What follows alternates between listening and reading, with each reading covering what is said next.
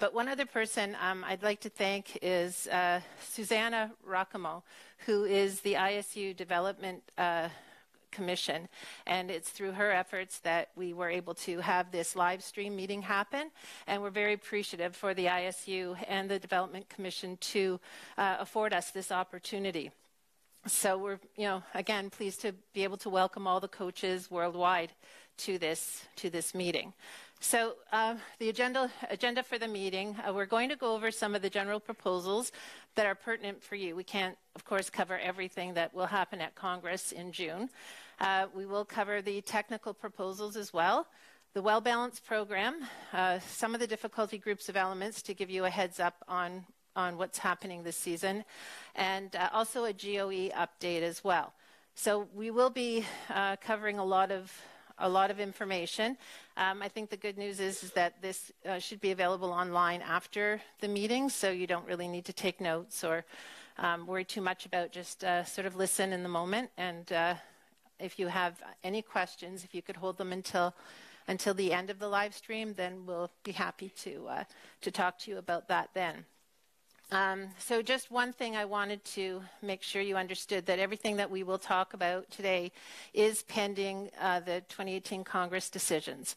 So although there will be communications put out, everything will have sort of the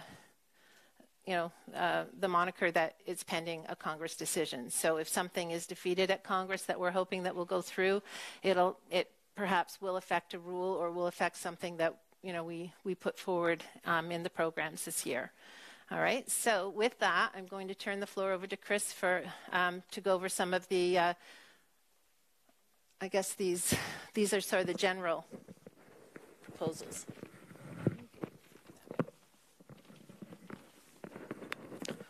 And I'm definitely not doing the Madonna bit. So again, I'd like to extend my welcome to everyone. You coaches are at the vanguard of everything that we do. Without you, we really don't have the sport. And I'm really happy to say that we've had a very close relationship with the coaches over the whole development of this sport for the last 25 years. For that, I thank you all. The creativity in this room alone is quite astounding. But as a technical committee, we have a job to do, and one of the things that we are looking to do is to ensure that the sport is moving ahead in the right direction. We have been talking a great deal to the coaches at various events, and there have been a number of areas of discussion, a number of areas of concern, and from those, we have formulated the proposals that you will be seeing tonight. So first of all, we have, from the technical committee that will be proposed at Congress, a change as far as the numbers of skaters participating at international competitions and at championships. We know this caused a great deal of consternation, and we have looked at the best way we feel of dealing with the issue. So for championships alone, I will be paraphrasing a little what's in the communication. If you do not have 16 skaters, quite simply, you will not be allowed to compete. Only if you have a skater who is physically injured during the skating of the program would you be allowed to continue. You cannot enter the event, start the event with less than 16. Is that absolutely clear for everyone? That is for championships. We also have an issue for international events. So what we are doing for internationals is, if teams are not going to compete with the required number of skaters, there will be a 5.0 deduction made from the total points of the program if you skate with less than 16. I hope that that will be enough of a disincentive for people to be skating with fewer than 16, And certainly we feel at a World Championship, everyone should be skating with a full team. So we did take note of the discussion, we did take note of the issue, and hopefully this will deal with that for once and for all.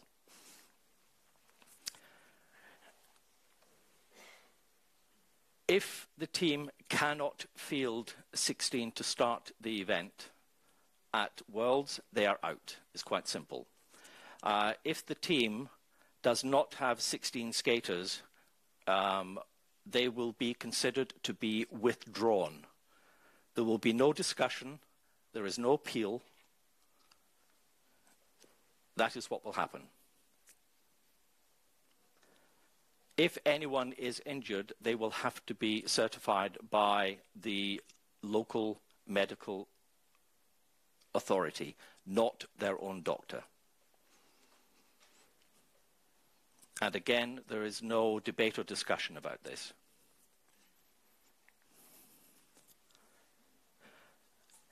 As some of you may be aware, we have had a rule in synchronized skating which is a little different to the rule that exists for the other disciplines. We give the teams 30 seconds to start the program after their name has been announced. Up until this season, if they were not ready and in place, we simply started the music. Now, some of you may never have seen this happen. Others may have been at events where this did happen. It is a little bit of a surprise to the teams sometimes. And this is sometimes for teams who are less experienced. Perhaps with their coaches, they have been instructed to do their warm-up block. And when they finish their warm-up block, they will come to their place and ready to start the program. Unfortunately, sometimes their warm-up blocks take quite a long time and they don't get round the ice in time.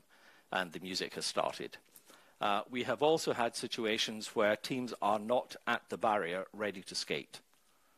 Even although they have been told that the event may be a little ahead, they have still not come out of the changing room to skate the program. So the music was put on. And we've had teams running from the changing room onto the ice and having to pick the programs up partway through. We didn't want to continue with that, and we decided that we would go in the direction of the other disciplines, and that is if the team is not in place, ready to start, there will be a deduction made of 1.0. So they have 30 seconds. If they are not ready within the 30 seconds, up to 1 minute. So from 31 seconds to 60 seconds, there will be a 1.0 deduction made for the team not starting in time. If they go beyond 1 minute, they are considered to be withdrawn. So I don't want, again, anyone to be in any doubt that this will be applied. So the deduction, as I say, will be for 31 seconds to 1 minute. Over 1 minute, and the team is withdrawn.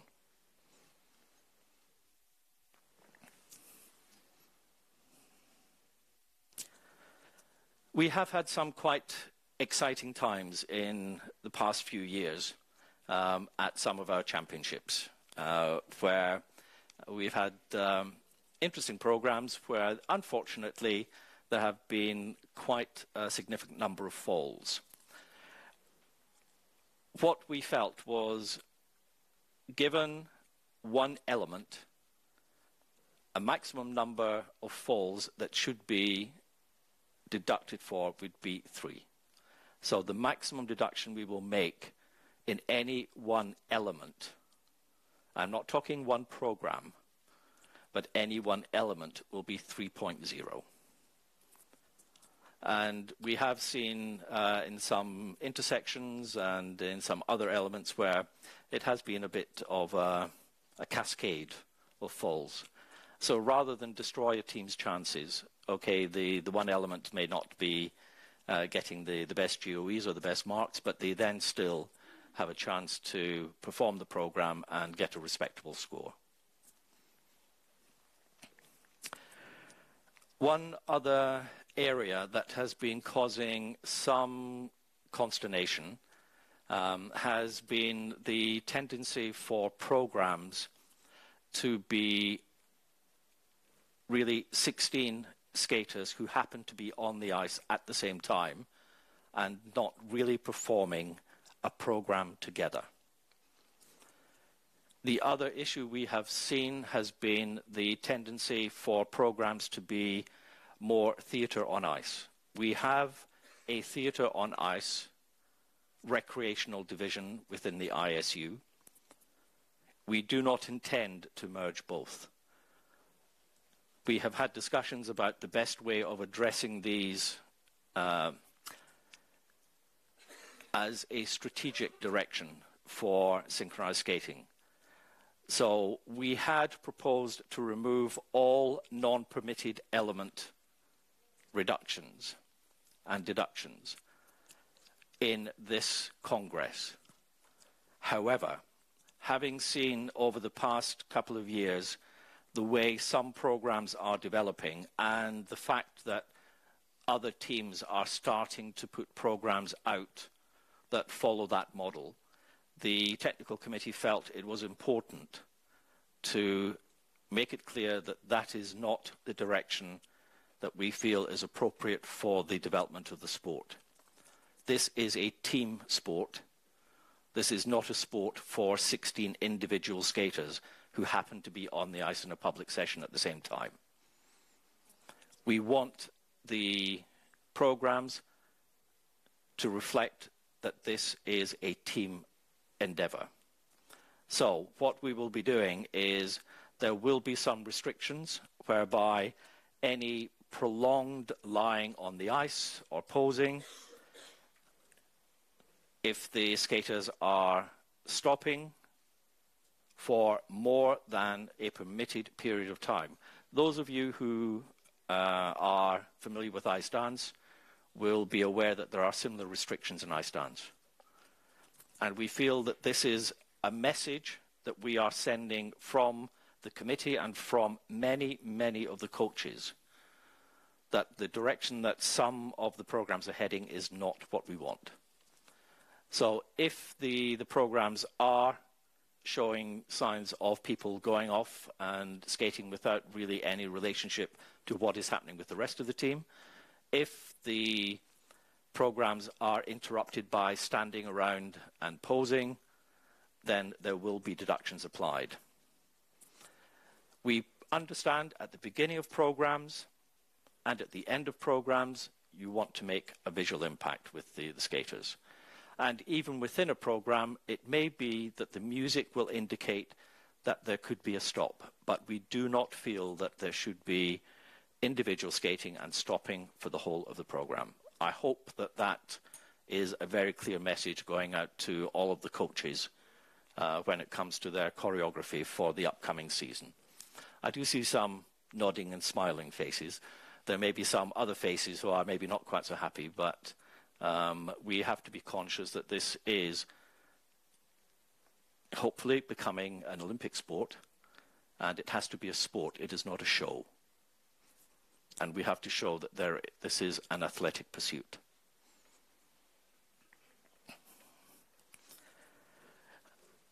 One issue that we had for quite a while was the addition of adornments on the face with rhinestones, to the point where the girls almost had to throw their heads back in order to get their eyes open. They had so many rhinestones on the eyes.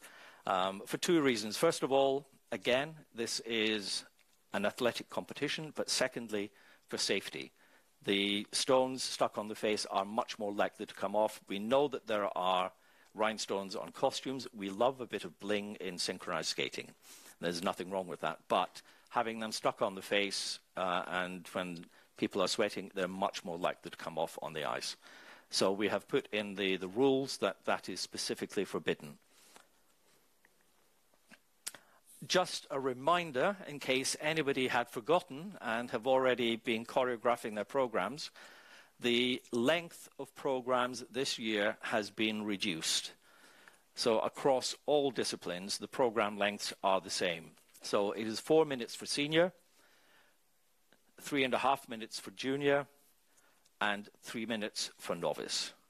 And we still allow the 10 seconds plus or minus.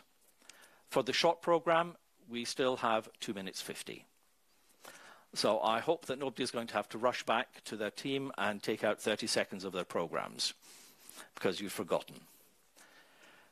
One other area that we have been looking at is making the programs faster paced, not faster over the ice, but faster paced in terms of moving from one element to the next element to the next element to bring some vibrancy into the program. So we are introducing the concept of artistic elements. We are also looking to shorten the time that you have to be in a particular element in order to get the levels.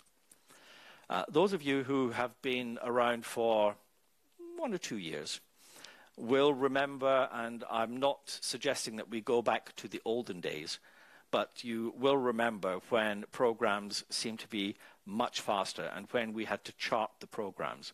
There were many, many, many changes, and that gave much more interest and made the programs more exciting and much different to each other.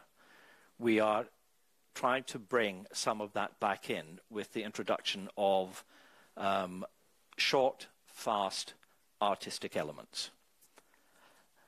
And the artistic elements are the basic elements of synchronized skating. So you have artistic blocks, circles, lines, and wheels. Later on, you will see that there will be some criteria applied to the points that you can get for these elements as well. So the more that you do, the more points that you can get. Again, we hope that this is going to add to the variety and add to the pace of the programs. We have made some changes to the creative element as well. So we have said that the creative element will now begin when the shape is achieved.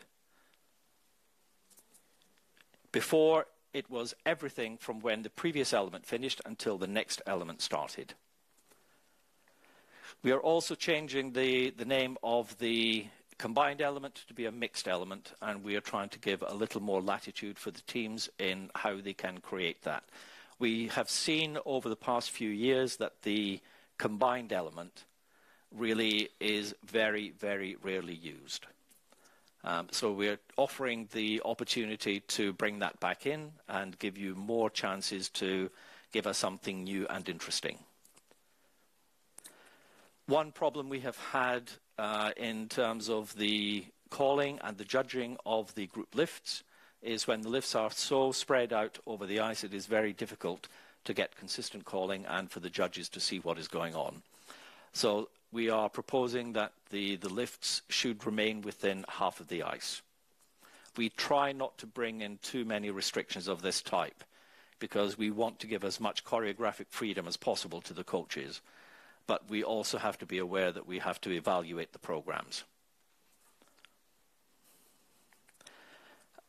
And a slight change to the intersection, where we are now considering that the intersection is beginning with the approach phase. So we are dispensing with the need for criteria for the preparation phase. So we will be looking at the approach being the start of your intersection.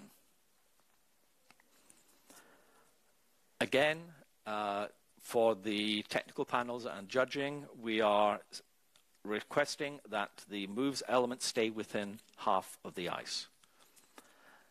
We have had this before, and we tried to relax the restriction again, but we are finding that it is very difficult to keep track of everything that's going on. And we want to make sure that the calling and the judging is fair.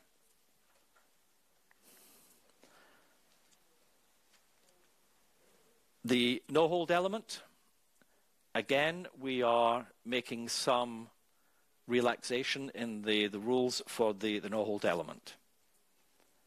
And we are actually taking the TWIZZLes out of the no-hold element and making it a separate element in its own right.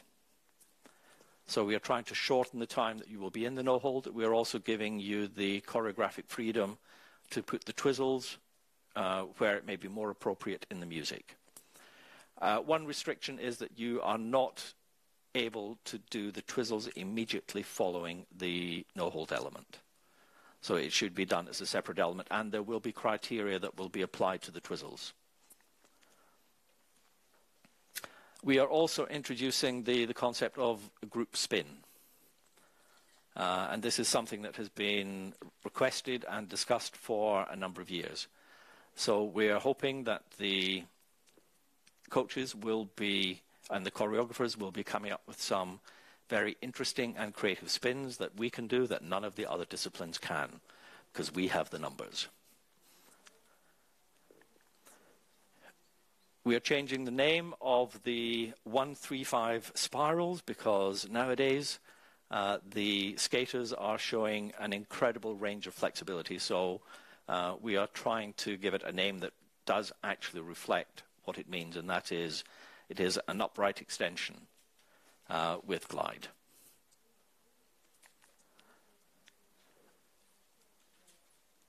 We are asking that the number of crossovers is kept to a minimum. In the past, we've said 2 crossovers, and that is the end of your step series. So if this is abused, we can go back and bring in the old rule. Hopefully not. So again, we're trying to give a little bit more latitude. And we are introducing a choreographic sequence, which is a little different to what is happening at the moment. So you can put in spread eagles, hydrogliding, anything that you can think of to make an interesting choreographic sequence. Again, there will be more detail coming out in the element requirements. And we have introduced the idea of a choreographic slide. We have seen some of the teams bringing some very interesting and innovative moves. One thing that we don't want to happen is when a team is bringing something new to us, that they are penalized and being told, well, actually, that's a fall. Even although there was no loss of control, because they were down perhaps on the thigh and the buttocks touched the ice, they would then be given a deduction for a fall. We think this is going to be quite an interesting opportunity to have a little more dynamism and give a little more interest to what the teams can do. In the future, if you can come up with some other moves, we are very happy, as you see, to take those, plagiarize anything that's in your programs, and put them in the rules. So thank you very much for your attention, and I will hand you back to Kathy, who will give you all the good information. Again. I don't think so. Okay. All right. So what I wanted to go over was the well-balanced program content for this year. This communication should be out shortly. It is in the office, so don't feel you have to really write anything down. But I'm only going to be covering the junior and senior. I won't go through the novice or the adult or basic novice. So for the junior short program, there will be 6 elements. Intersection element, which will be a whip. The move element, same as always, one of the FMs has to be an unsupported spiral. The no-hold element, and with the step sequence, the pivoting block, and synchronized spin, and the TWIZZLE element. So just remember that the TWIZZLE and the no-hold can't be one after the other in either direction. Okay. All of this will be on the web as quickly as possible after the meeting, so you're taking all the pictures. Yeah. Okay, so the Junior Free program has 8 elements, and remember that the program is going to be 3 minutes and 30 seconds, plus or minus the 10 seconds. And there'll be the following 4 required elements. So an intersection element, and the point of intersection if you wish to include it. Move element, a traveling element, which must be a wheel. You can choose the shape, and the TWIZZLE element as well. Plus a choice of one element from Group A and one element from Group B. So Group A is a synchronized spin and a pair element. And I'm going to talk about these elements a little bit later. It may seem sort of silly that they're together, but it changes a little bit with the definitions that we've done of the synchronized spin. The synchronized spin now includes solo spins, pair spins, and the group spin. And the pair element obviously had the spin before, but it will end up being just more like a pivoting element. And Group C is a choice of, is the artistic elements, block, line, circle, or wheel. So you could choose two different artistic elements. It's up to you, depending on what your music says. And I will give you more information about this element too as we go on. So for the senior short program, 6 elements, an intersection element, which is an angled intersection. The PI is up to you if you want to include the point of intersection. Move element, one of the FMs has to be a spiral with the free leg extended to the back, and at least half the team has to do it, same as it has been in the past. No hold element plus a step sequence is required. Pivoting block, traveling element, the wheel must be a 3-spoke, and a TWIZZLE element. Okay, and again, the TWIZZLE element and the no hold cannot be executed back to back. So the senior free program has 10 elements in the 4 minutes plus or minus 10 seconds. It seems a little bit much, but let me explain. I know. I've done the time on it. We've really studied the amount of time that it takes to do each element, and you actually have quite a bit of time left over even. So we have a creative element, which is a lift. Now, Chris showed you the definition of that creative element. So it's a lift for senior. The group lift with rotations is still a required element. 2 different intersections, your choice, a move element, and the TWIZZLE element. Plus a choice of one element from Group A, which is a pair element or the synchronized spin element, and a choice of 3 artistic elements from Group B. So again, whatever you like, block, line, circle, or wheel. So just before I get into these difficulty groups, I just wanted to explain a little bit about this artistic element. So right now we have, I'm going to use the block as an example. For the block element, there is the pivoting block, the linear block, and now we have an artistic block. So we as a committee see these block elements as 3 different entities, and they will each do something different. So right now we know what a pivoting block looks like. You know what a linear block looks like. The artistic block is brand new. So I'm going to try my best to explain it to you, what we feel is our vision for this particular element.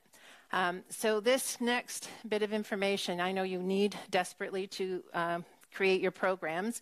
We have a meeting and meetings this weekend, and we will be finalizing that document. We're also reformatting it a little bit and reorganizing it for you so that the difficulty groups of elements and the features will all be in, and their requirements all in one document.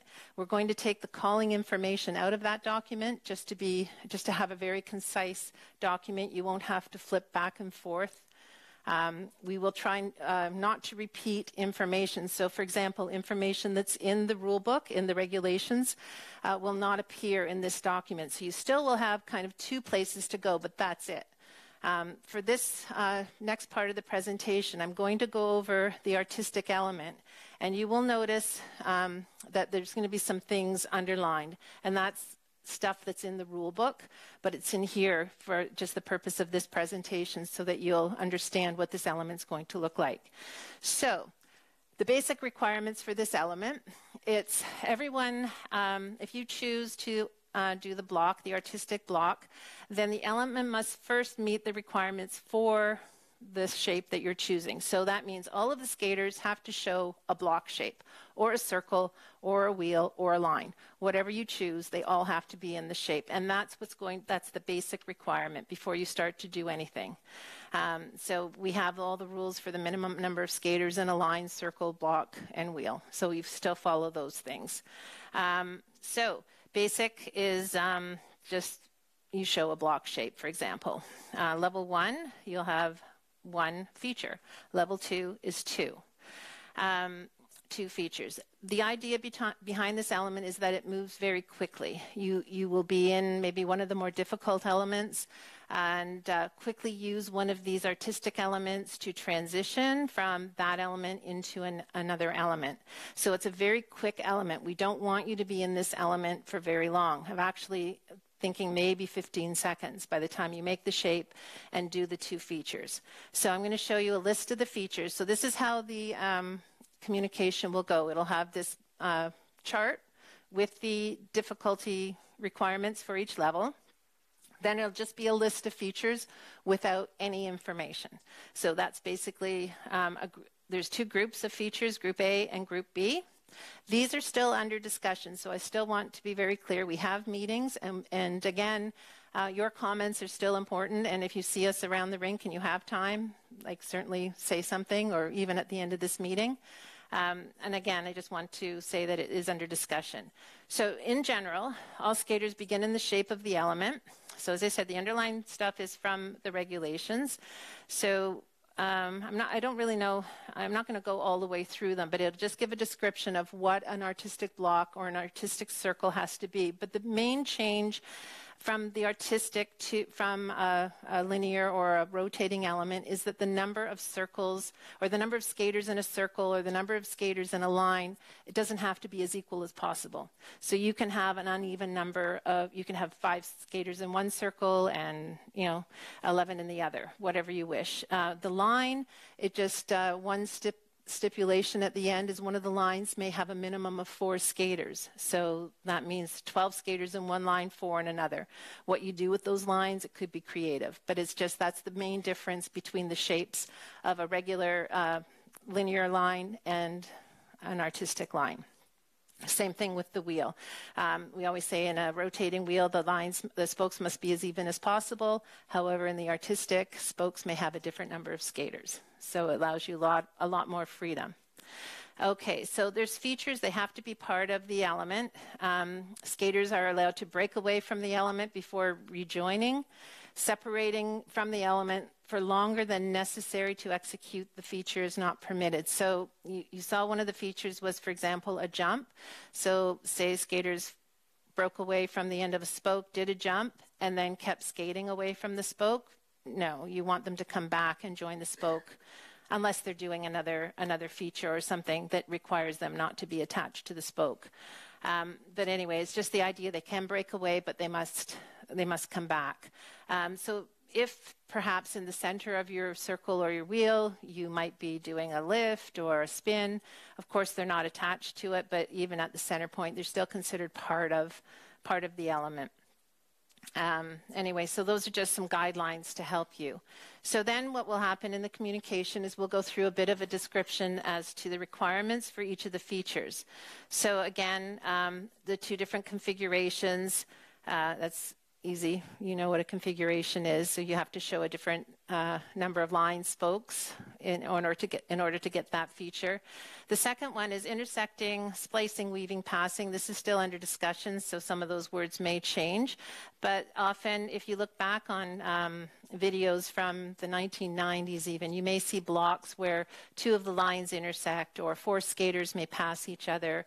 There's a lot happening within the element. So again, you'll get credit for that. That particular bullet. Choreographic sequence, you saw the definition of it. It doesn't have to have any number of steps at this moment. It's just something that maybe goes to the music. I remember, Anu, one of your programs, it was the river dance program. They just did the toe steps, and it was definitely something that went well with the music. There was something special about that in a block. So things like that. It could include turns, it could include any number of things just that enhances the music. So that's from Group A. Group B, it's more a creative movement, so a lift, any kind of lift. And this is one pair, one group. That's all that's required. It could be the whole line lifting, whatever you come up with. It's a little bit more creative. Jumps, any jump, you'll get at least a bullet or a feature for including a jump. Right now we're talking about the jump must be landed on 1 foot. If it's not, maybe it'll go to the judges for GOE. I don't know if it'll go to the tech panel, but those are the types of discussions we're having at this moment. We don't want to necessarily get into, must be on 1 foot, fully rotated. We're not single skating or pair skating. We're synchronized skating, so our requirements will be a little bit different. Anyway, so again, jumps can be included. We also have a spin. It could be an individual spin, pair, group spins. You're still wanting quality. We still like to have good positions. And again, whether it's the judges or the technical panel who will consider this, it's still under discussion for us. But you need to know that it's a factor that you have to keep in mind when you're deciding what kind of spin to do if you're going to include one. Pair movement, any type of pair movement. It could be a pivot, a pair dance steps. It could be some of the pair things you do, pull-throughs, anything in a pair, as long as, we can recognize the pair. So again, just a little bit of a description for a pair pivot. Any position, it doesn't have to necessarily be a level 3 position. You can do whatever you like. Dance steps, pairs may be in a hold, and it has to be long enough for the technical panel to recognize. We don't want necessarily to count turns or to make sure the turns are correctly executed. Pivoting, just a minimal amount of pivoting. So sometimes in these elements that are artistic and creative, there's a line pivoting, and even if it just goes 90 degrees, you will get that feature. Traveling, obviously for the circle and wheel only. If you travel for a short distance, it can be a feature. But just remember, the goal of these elements are to be quick. And the points for the scale of value are approximately half of a rotating element, linear element. And that's why if you do two artistic elements, it sort of adds up to the same amount as one of the rotating elements. So that's kind of where we are there with the artistic element. So hopefully that puts some clarity for you on what we want for this particular element. All right. The next change that we have is for pivoting block level 2.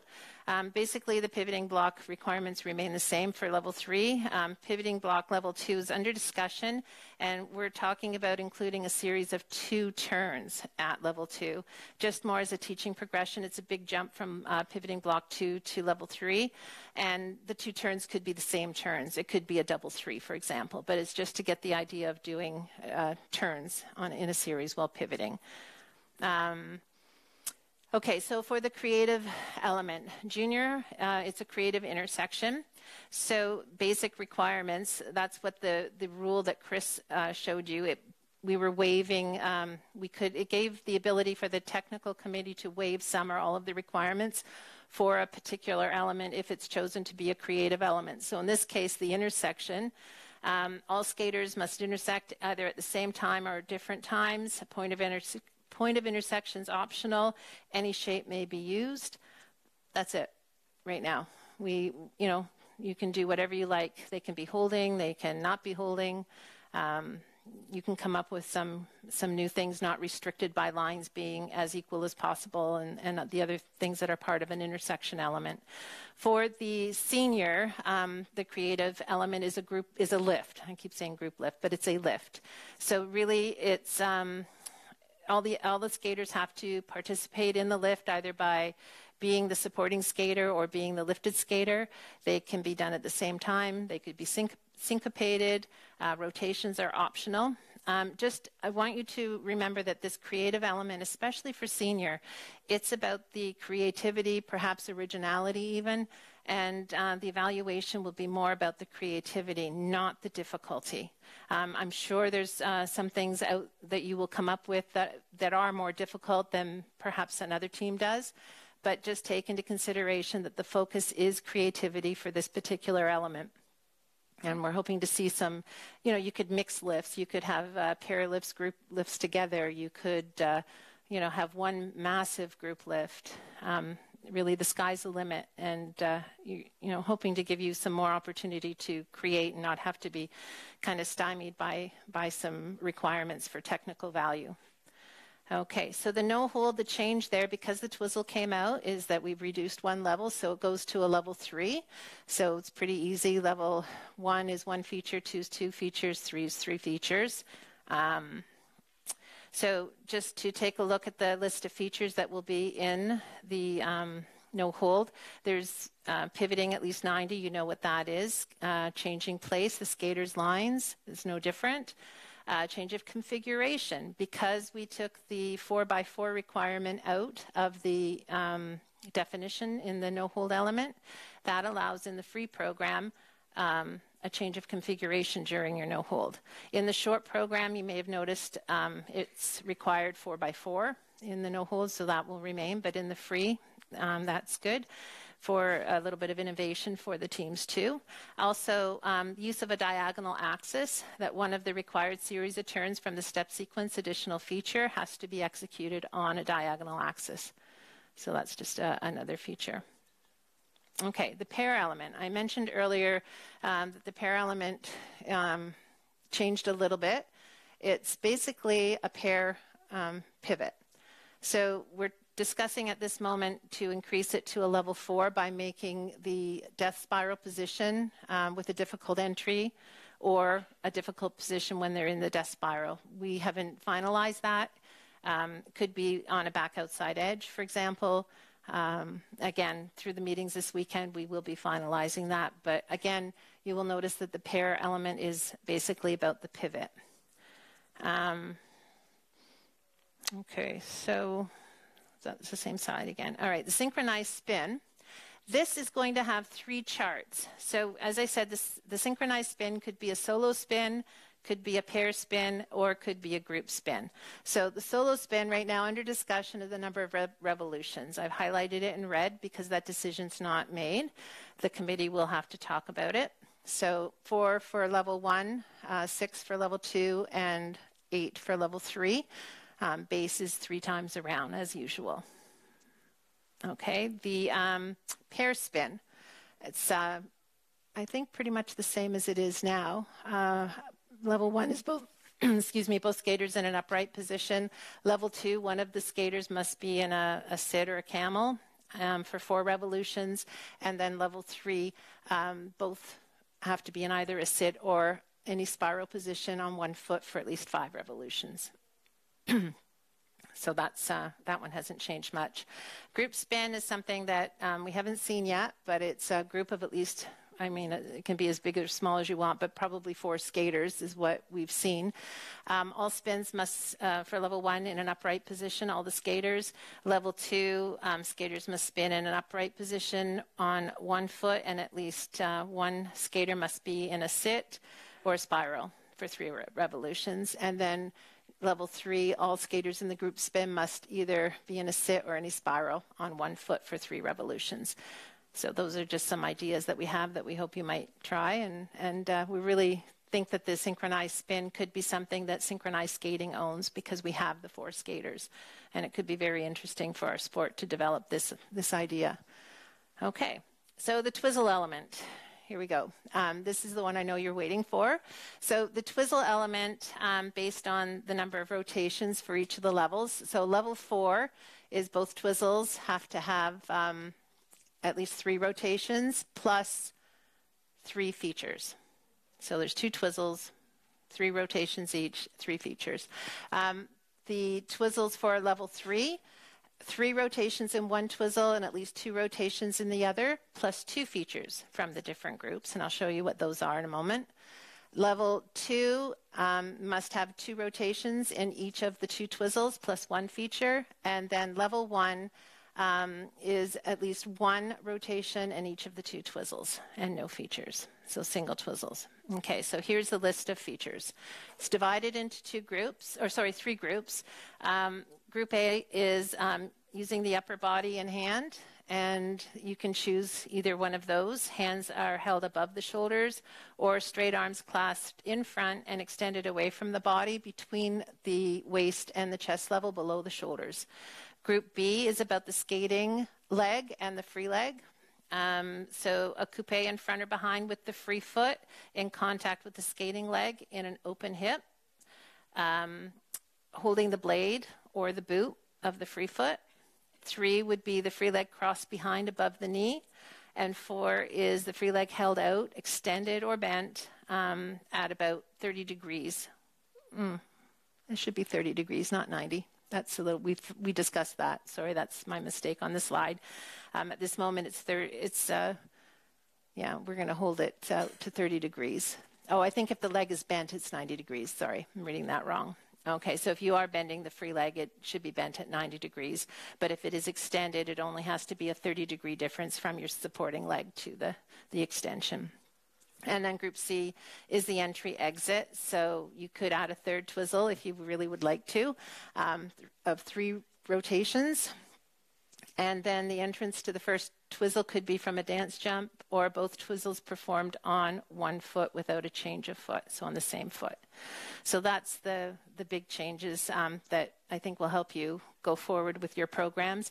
With the other elements that are in your programs, there's no real plans for changes for the intersection levels or the point of intersection. So we're kind of showing you the main things. And again, after our discussions this weekend, I hope that we'll get this communication posted or out into the office next week anyway. Okay, so the next thing, I'm going to introduce Lois Long again, and she is going to talk to you a lot about this new GOE that takes effect this next season.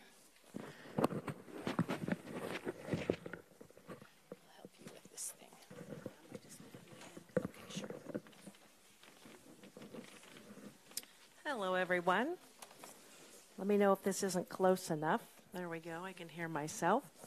All right, so I'm just going to give you a brief overview of the new expanded grade of execution. You saw it mentioned in the 2016 regulations, so now we are going forward.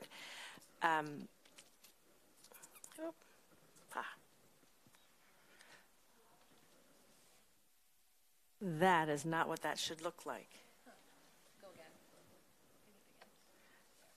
Nope. Wow. Okay. Huh. Formatting across regions, time zones. All right. So what is missing on this slide, I'm going to read it to you. So the scale has increased to 11 grades from 7. So we'll go from a +5, 4, 3, 2, 1, and base to a -1, 2, 3, 4, and 5. This will really enable a better differentiation of the elements and the alignment to the existing, which is why that chart is there, program component definitions really does help to visually describe the the execution expectation for a 5. It should be outstanding. You know, a 3 didn't have to be perfect.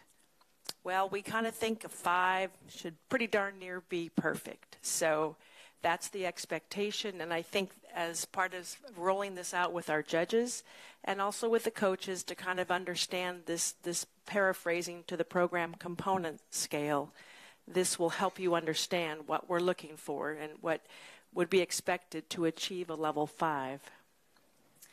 So arriving at the GOE has not changed. It's based on both the positive and negative aspects of the element. Judges always first consider the positive and adding things that may be additional features that have done well. And then judges take reductions based on the negative features that they've observed during the element. And the final result is the grade of execution for the element. You're all familiar with that, right? Good. Okay, so these are just some examples. Again, this is something that has really been kind of on the back burner for our committee because the information that Kathy just shared and Chris shared has been critical when timing to get that out. This will be the next step for us as things we continue to work on. So as an example, if we were to see an increase by 2 grades, for example, in the now this is going to change a bit, but the, say, synchronized spin, we would look for outstanding synchronization. In the traveling wheel, we might be looking for great speed of rotation maintained or accelerated, so would give the judge the option to, or the ability to, increase the grades 1 to 2, and aesthetically pleasing body positions and flexibility in the moves element. Now, these are all existing attributes that the judges look for as your teams are executing their elements. So again, these positive aspects are cumulative, which help to build the GOE, and on the other side is the negative. Major fall of 3 or more skaters, depending on how disruptive it is, could be a 3 to 4 GOE reduction. In addition to, if you've had 3 or more skaters go down in an element, a minus 3.0 deduction. Poor quality of the extra features of the no-hold, we'd reduce 2 to 3 grades. And for example, loss of unison in the step sequence or TWIZZLE, we might reduce 1 to 2. And all of these, again, are cumulative. So the number of negatives offset the number of positives to give you an ending grade of execution. Let's take a look at the TWIZZLE, and this is really drafty draft, since I made it on the West Coast, and a lot of my colleagues in Europe haven't had a chance to weigh in on it yet, but I did take the criteria from the ice dancing, which it's the same element, we just have more skaters. So we'll look at the positive aspects. Things the judges might be looking for are good TWIZZLE action, maintain speed and flow, outstanding TWIZZLE unison, a creative arm or free leg position, the element reflects the music phrasing, and good shape throughout the element. On the negative side, interrupted TWIZZLE action, loss of speed and flow, poor unison, a touchdown of the free foot, and we see them inside, loss of balance or stumble, and loss of shape. Okay, again, that's just an example. So for those criteria that I just rattled off, if you look at the band across the top, and again, this is drafty draft as well, because we really need to reach consensus on the number of bullets required to achieve a level 5, a positive 5 GOE, not a level, sorry. So that's something, again, that the committee needs to work through. As the criteria is finished for the elements, then we can take that next step and say, how do we best evaluate them? So in this example, I'm showing by the check marks 4 positive attributes, and on the other side, the negative side, 1 minus. So for a +3, it's 3 to 4 bullets. So you take that poor TWIZZLE unison away, and you have a resulting GOE of a +2. That's kind of the general idea, but again, I think for our judges training, the graph on the top will help them. Again, visually understanding that for excellent and outstanding, we're really expecting great execution. And a summary for what lies ahead for us. So we anticipate final approval in June. We will be having the GOE seminar in Frankfurt in July, and then I expect at that point the judges' guidelines will be updated with the feedback from all the participants, which is really valuable for us, and that'll be released in probably September, maybe August, and then it'll be implemented in the 2018-2019 season, barring unforeseen issues that arise at Congress. Thank you.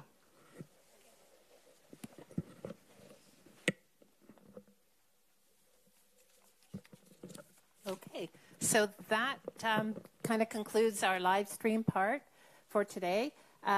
What I would like to do is thank you all again for sitting through this presentation and letting us share it with everyone else. And at this moment, we'll just turn off the live stream, and we'll wish everyone a good competition this weekend.